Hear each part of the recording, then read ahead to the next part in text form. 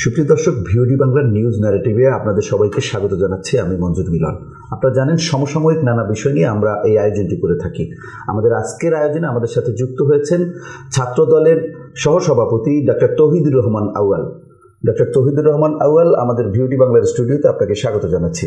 ধন্যবাদ আপনাকে। আপনার মতো গুণী সাংবাদিকের আহ্বানে সাড়া দিতে পেরে আমি নিজের আপনাদের প্রতি কৃতজ্ঞতা জানাচ্ছি, এবং ভিওডি বাংলা যেভাবে আসলেই ডেমোক্রেসির ভয়েস এসে সারা বাংলাদেশে, এটি অত্যন্ত সারা বাংলাদেশের দর্শকরা এরকম একটি মিডিয়া চায় যারা আসলে সত্যিকার অর্থে ডেমোক্রেসির কথা বলবে। ডক্টর আউয়াল, আপনি জানেন যে ঈদের ছুটি ইতিমধ্যে, ঈদুল আজহার ছুটি ইতিমধ্যে শুরু হয়ে গেছে। আমরা দেখলাম সরকার বেশ কিছু পদক্ষেপ নিয়েছে সড়ক পথে, রেলপথে, পাশাপাশি নৌপথেও তারা কিছু পদক্ষেপ নিয়েছে। সব কিছু মিলিয়ে আপনার এবার ঈদে সরকারের যে এই ম্যানেজমেন্ট, এটিকে কিভাবে দেখছেন?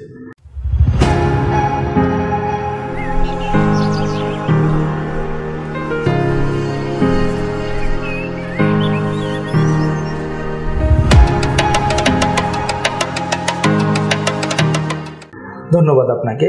এখন বিষয়টা হয়েছে যে এই জায়গায় কিছু বিষয় যেটা ডেমোক্রেটিক গভর্নমেন্ট হইলে বা জনগণের দ্বারা নির্বাচিত সরকার হলে যেভাবে ইমপ্লিমেন্টেশন করা যায়, সেই ইমপ্লিমেন্টেশন কিন্তু এখনও ওইভাবে হচ্ছে না।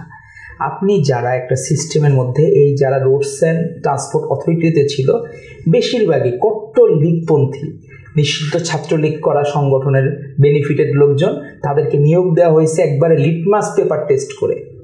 এই জায়গাগুলা সেই লীগের দোসররা, আর সেটা ছিল এই লীগের যে ফ্যাসিস্ট লীগের, আমরা শুনলাম সেই দিন একটি বানোয়াট গল্প, আপনার হচ্ছে লীগের যে আপনার জেনারেল সেক্রেটারি, তার কাছ থেকে একটি বানোয়াট গল্প শুনলাম, যে আমার মনে হয়েছে উনি কোনো, আমরা অনিল কাপুরের সিনেমা দেখতাম ছোট্টবেলা, নায়ক একটা সিনেমা ছিল, ওই সিনেমার মতো একটা কাহিনী উনি রূপক অর্থে ওরকম বানাইছেন। আমি মনে হয় ইন্ডিয়ায় বসে সিনেমা দেখতেছেন, তো ওর একটা কাহিনী বানাইছেন। আর তারই মিনিস্ট্রি ছিল হচ্ছে এই সড়ক নৌপথ। সেই জায়গায় কিন্তু লীগের দোসররা এখনও রয়ে গেছে।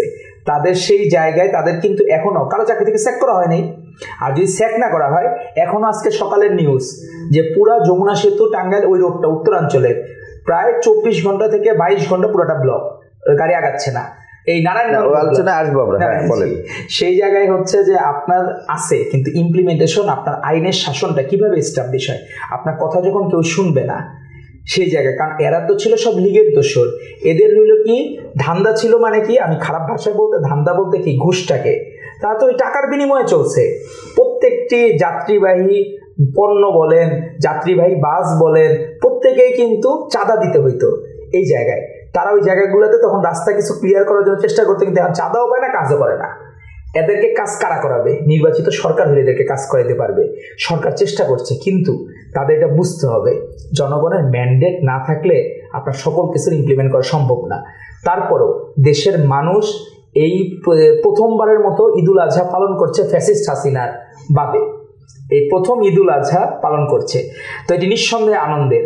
সবার যে 10 দিনের ছুটি, এটা একটা ভালো উদ্যোগ, অ্যাপ্রিসিয়েটেবল।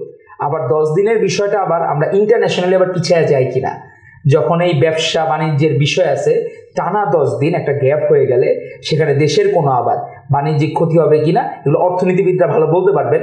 তারপর আমরা সাধারণ সুনাগরিক হিসেবে আমরা যেটি বুঝি যে টানা 10 দিন বন্ধ থাকলে আমার ইম্পোর্ট এক্সপোর্ট বিভিন্ন কিছু বিজনেস আছে, সেগুলো আবার হ্যাম্পার হবে কিনা। তবে সাধারণ মানুষ এ কারণে খুশি যে 10 দিন তার টানা ছুটি পেয়েছে, এটি একটি ভালো দিক, মানুষ মানসিকভাবে খুশি। কিন্তু আপনি যখন রাজনৈতিকভাবে বা ব্যবসায়িকভাবে ওই দৃষ্টিকোণ থেকে চিন্তা করবেন দেশের ভালো মন্দ, তখন একটু চিন্তার মনে হয় বিষয় আছে।